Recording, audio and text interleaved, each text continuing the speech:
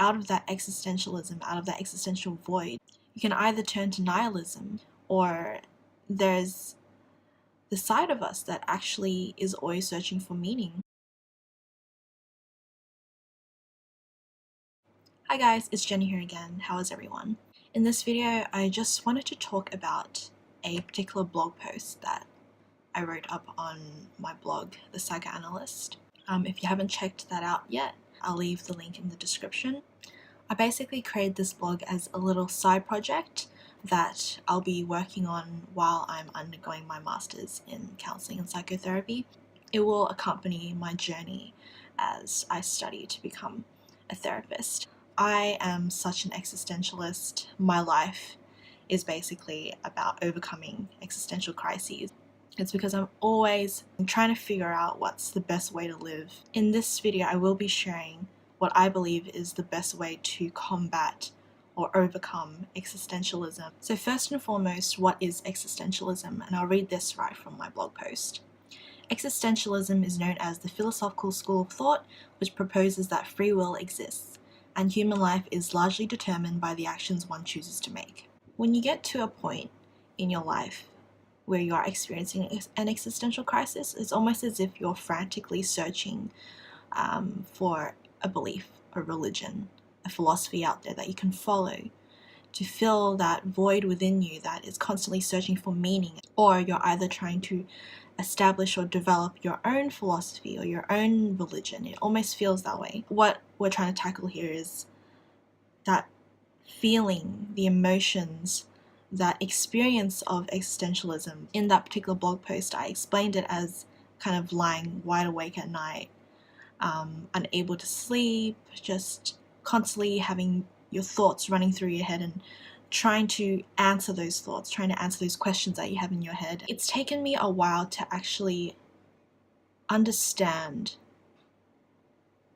what this experience has to teach me. If, life has no inherent meaning, all you have to do is just go out there and find your meaning, or go out there and create your meaning, but it's not as easy as it sounds. There are a lot of opportunities and options and temptations. That's the very reason why existentialism can be so difficult to bear and so confusing, because if you have all these options out there and all this freedom, it's very chaotic and there's no structure at all. You kind of go into this state where you just don't know how to choose, you just don't know how to live anymore. If anything is possible, then nothing sticks out as being the way to live. Existentialism definitely hits us the hardest when we're alone with our own thoughts, I think. It's during these very, very dark moments of your life where you feel as though there's no more hope in this world, that your mind actually does this thing where it frantically searches for meaning. And what I mean is that you might start thinking about, what do I have in this world that is allowing me to hold on, is giving me hope that things will be okay eventually. So you might start, thinking about people who care about you, people who bring positive memories to your life, the things in life that you are invested in and that bring positive results.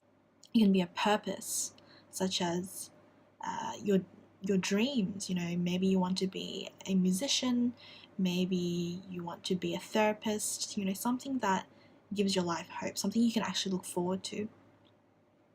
And more often than not, we do think about out of that existentialism, out of that existential void, you can either turn to nihilism, which is the belief that life has no inherent meaning and there's no point in doing anything, or there's the side of us that actually is always searching for meaning, and we're always searching for the things that give our lives value. When you are in the dark, when you are at the bottom of your suffering, you can definitely find the light at the end of the tunnel.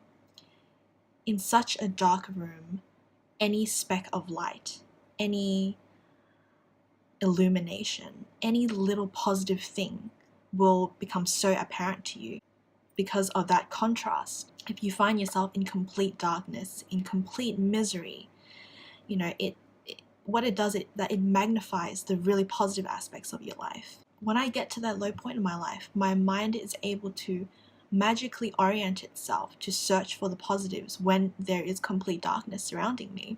And I find that to be extremely interesting. And what I believe is that we all, as humans, have this potential to see the good amongst the bad, to see the light in the darkness, to search for hope in periods of complete desperation and misery and suffering. That completely aligns with my philosophy that in life there may be a lot of bad, there may be a lot of suffering, there may be a lot of pain, but those things won't exist if there weren't the positives to counteract that. When we're in this moment of an existential crisis, of not knowing where to go, not having direction, feeling as though life is hopeless, we really have the potential to see the light in the dark. We have this magnificent potential to differentiate between those two things. When you're in a dark room, a single candle could be your guiding light. It could be your guiding force to move out of that negative headspace, to move on from it.